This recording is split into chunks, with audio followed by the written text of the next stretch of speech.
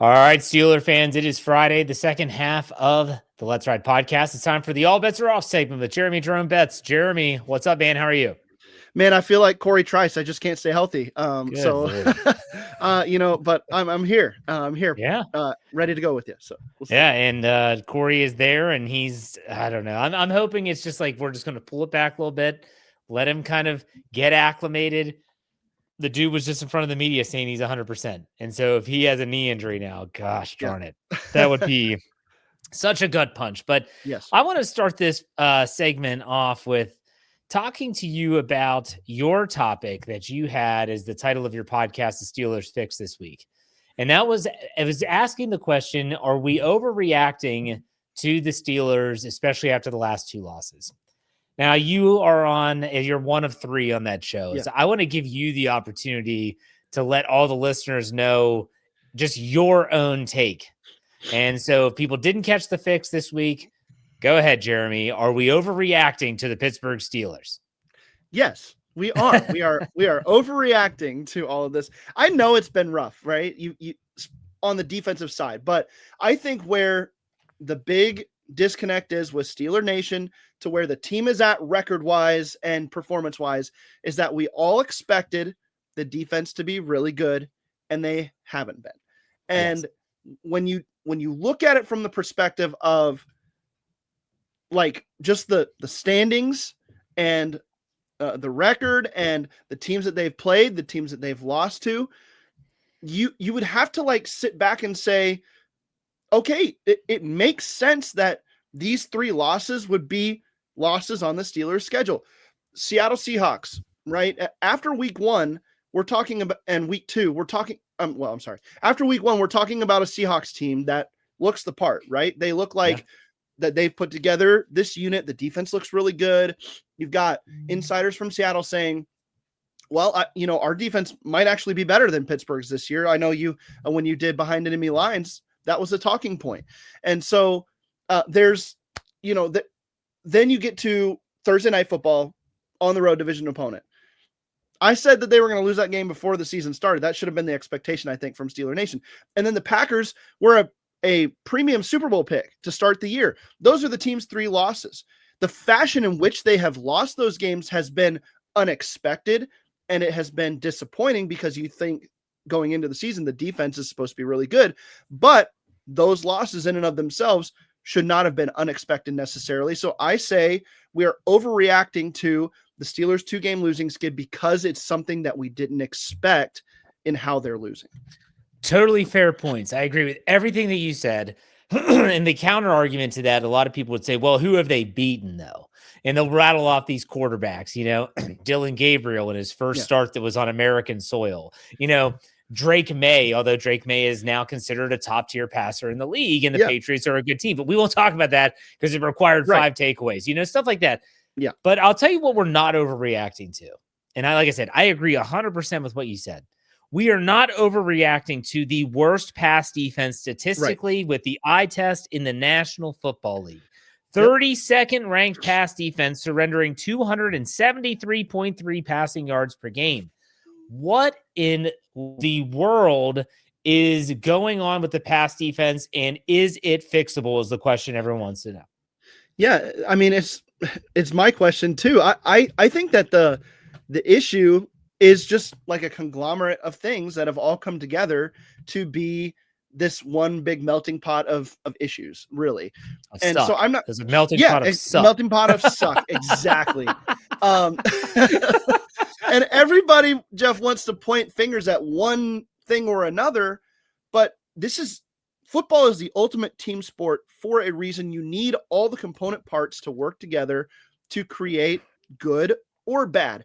And all of the component parts of the pass defense have come together in that melting pot of suck. Like you say, it just, I think that there's no one way to say, well, if you address this, then it's fixed. I think it's going to take time. I think it's going to take the course of the season, learning tendencies, failures, where you're strong at, if there are any of those things, right? And so fixable, like, are they going to all of a sudden flip the script and become a top 10 pass defense over the rest of the season?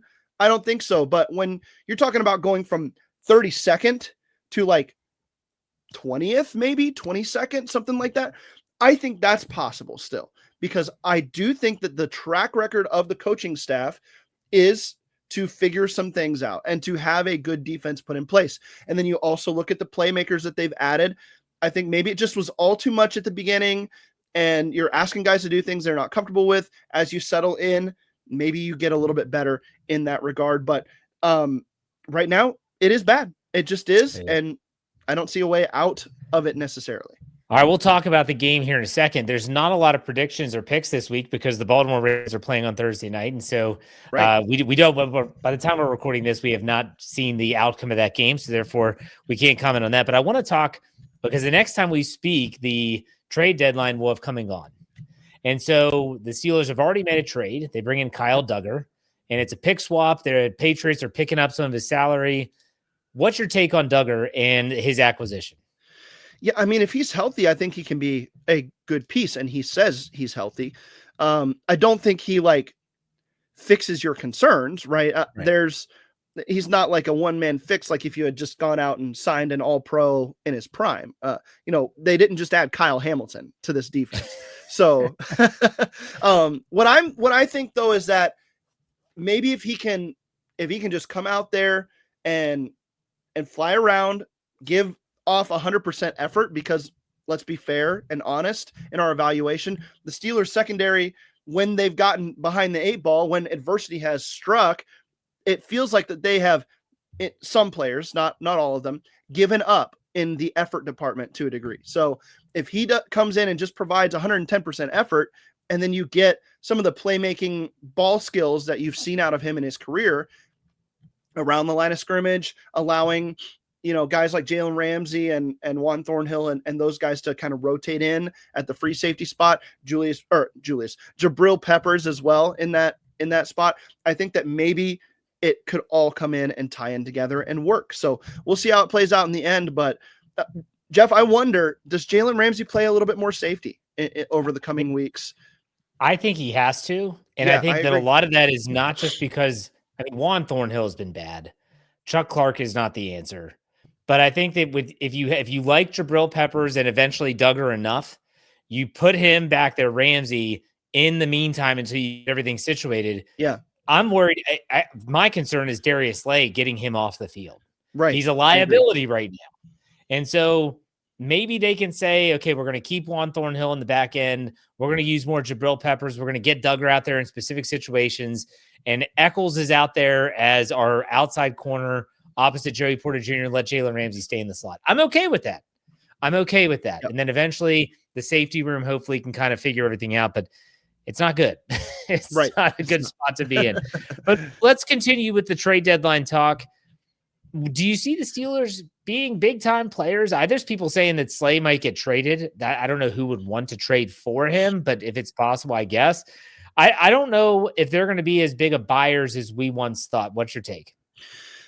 I think they want to be, but I think they want to be at their price, their set price for these guys. Like the Jacoby Myers or Rashid Shaheed talk. I think they have a price point that they're not willing to go beyond. And if a team's willing to come meet them there, then they'll make the move. But if not, I think they're willing to stand pat. So I think it's kind of calls back to the Omar Khan era that we've seen so far. It's like this guy, he wants to make deals, but they better be a good deal for the Pittsburgh Steelers. Otherwise, he's not going to make it. That's my take on it. So I guess if I were predicting something, I think one of these teams that is bad, probably going to sell at the deadline and say, okay, fine, we'll take whatever we can get. And maybe the Steelers get a wide receiver for a 4th round pick or a 5th round pick. Maybe they add a defensive lineman or a corner, something like that. I wouldn't be surprised either way. I did hear a little birdie told me today, Thursday, that Rashid Shaheed and the Saints, they were asking for a 3rd. And the Steelers said, nope. I didn't think Rashid Shaheed was the guy that would fit what they're trying to do anyway. But yeah, now that if that's the price point, that's Shohei Ohtani out of the ballpark for the Steelers. Yeah, that to me, that's a you know what? We'll cut Scotty Miller and we'll sign MVS to the active roster. That's what I would do. Like, okay, I'm not going to give you a 3rd round pick for a guy that's a rental that's not going to be on the team next year. Get out of here. That's insane. And so I'm sure the teams like the Saints, like the Titans, you've already seen some movement from those teams at their bottom feeders in the league. I wouldn't be shocked if the Jets decide to get in on someone trying to trade something, but I think the Steelers have a supreme value in their 1st through 3rd round picks, even 4th. Let's throw the 4th round in there because they see now, as clear as day, that there are some gaping holes on this roster that they need to fill.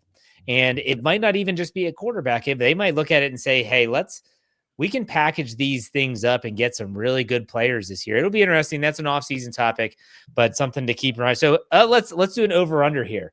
Over-under 1.5. They already made one trade. This doesn't count. The Duggar trade's out. From here on until the trade deadline, over-under 1.5 trades. You taking the over or the under? I'm taking the under on that one. Do you have a 1? So you have a 1 or I think 0? It's 1. I do think it's 1. I think that Jacoby Myers or Shaheed or somebody's going to, maybe even the Titans and Calvin Ridley, they're going to say, you know what? Just take them off our hands. We'll take whatever. I think that's going to happen on Tuesday next week. I don't think it's probably going to happen before that. Okay. That's your guy, Calvin Ridley. You've written an article about him. All right. Let's start off with our AFC North picks. Again, the Baltimore Ravens played on Thursday night. Don't know what that outcome is as of this being recorded, but the Bears are going to the Bengals. Joe Flacco is dealing with an AC joint sprain. No one knows what that means for his availability. The Bears are coming off their back-to-back AFC North games. They just lost to Baltimore last week. Caleb Williams did not look very good in that game. The Bengals are actually getting points here. The Chicago is spotting 2.5 points. That's wild. What do you think about this game? Total is 51.5. I actually like the Bears as the favorite. If you talk to, and I listened to the press conference, Ben Johnson thought that Caleb Williams played better against the Ravens than he did the week before in their win. I can't remember who that was over, but he thought that Caleb Williams was processing well and that some of the missed opportunities weren't necessarily on him. It was on other players not keeping up their end of the bargain. So I like the Bears. I think that they're the better team. I think the defense is better. And if Joe Flacco is limited or isn't playing, then they're able to take advantage of this. I would take the Bears on the points and on the money line. Obviously, it all comes down to Flacco. If Flacco is healthy and playing, and I know that he got an injection in the locker room last week at the end of the game, and was able to play. If he's playing and able to throw the ball the way we expect it, I think the Bengals win because I think their offense is just that good. And he's smart enough to get the ball to 2 really good receivers and other weapons that he has at his disposal. But if he's banged up even a little bit and limited, or if they have to go to Jake Browning, should be a Bears win. It should be a Bears win. My other comment about this one, I guess, would be if I'm looking at it from like precedent perspective, what the Bears did to the Cowboys 3 or 4 weeks ago, another team with a really good offense and a really bad defense, the Bears beat them by 2 touchdowns plus in that game. I think it was 17-point margin. I think that's the kind of game you could see here because the Bears offensive scheme can take advantage of a bad defense. And I think the Bears can do just enough on their defense. So Cleveland is on a bye week. So we go straight to the game everyone cares about, the Indianapolis Colts in Pittsburgh. Depending on the book, it's either the Steelers getting 3 or the Steelers getting 3.5. And the over under the total is at 50.5. Jeremy, how do you see this shaking out? What's your prediction? Yeah, so total whiff by me. I went all over socials last week, and after the Packers game, and I said, they're going to win this game. I think that this is the Mike Tomlin special. I was wrong. They came out and did what I thought they could do in the first half last week, and then the second half, it just all went, to Suckville again, and the Steelers lose. So I think, though, I'm not ready to give up on the team. I'm going to keep the optimistic side of myself here. I do think we've been overreacting to the losses. This game's at home. The Steelers have lost to the Colts 3 times in a row in Indianapolis under Shane Steichen. I think this being at home, maybe that helps out with this game. Here's my take, though, Jeff. The Steelers have way more to worry about with Daniel Jones and this passing attack than they do with Jonathan Taylor and the run game.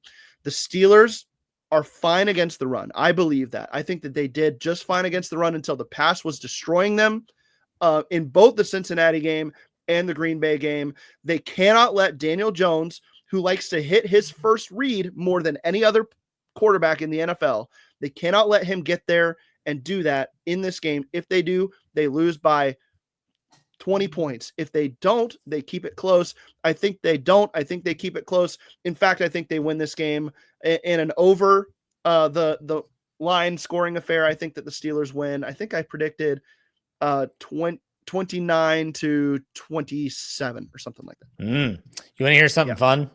I'm going to give you my prediction. I'll give you something fun. Okay. So I'm looking at the numbers, keys to victory. I talked about how when you looked at when I talked to Marcus on Wednesday's podcast, he basically made it seem like, look, like there's maybe some minor weaknesses, but the defense is pretty good. Statistically, the Colts are not a great defense. No. They're a top 10 run defense, but Pittsburgh has proven when healthy, they can run on anybody. They've run on the number 1 ranked Cleveland Browns. They got 100 yards there. They were running on the Packers, another top 3 unit last week until they just stopped. But against the pass, the Indianapolis Colts are the 29th pass defense in the league. I think this is a game you see Aaron Rodgers go over 300. I think this is a game that is a freaking shootout. I think that fans are just going to be puking because there's no defense at all. The melting pot of suck will return for the Steelers pass defense, but I've got the Steelers winning this 37-34. I'm going way over. There's not going to be defense anywhere. There's going to be a ton of big plays. I'm telling you, I think the Steelers win this game. And I was talking to a buddy of mine at the gym. He's a Ravens fan, and he said, they're done. I'm like, the Steelers are going to win one of these games like this. They do it every year. And he said, damn it, you're right. He said, damn it, you're right. You have to admit it. Yeah. All right, Jeremy, tell us what's coming up for you and on Steel Curtain Network and all that fun stuff. When was the last time, Jeff, we've been on this show for multiple years now doing this together? When was the last time we were both predicting like close to 30 for both teams or beyond that? Just not the Steeler way usually. No. That's the new normal, I guess, for this year. And, I'm covering it along with everybody else here at Steel Curtain Network. You can follow me on X at @thebets93. Check out the Steelers Fix. We talked a little bit about my take on how the Steelers have been playing and what to look for them moving forward. There was some disagreement on our show, so if you like to see multiple perspectives, check that out. The Steelers Q&A this Saturday, we'll be talking about all this live on YouTube, so check it out. And then if you want some more draft type material, fantasy material, then come check us out at the DDP. All right, man. I appreciate your time, Jeremy. Enjoy the games. We'll talk next week. Take it easy. Have a good one, Jeff.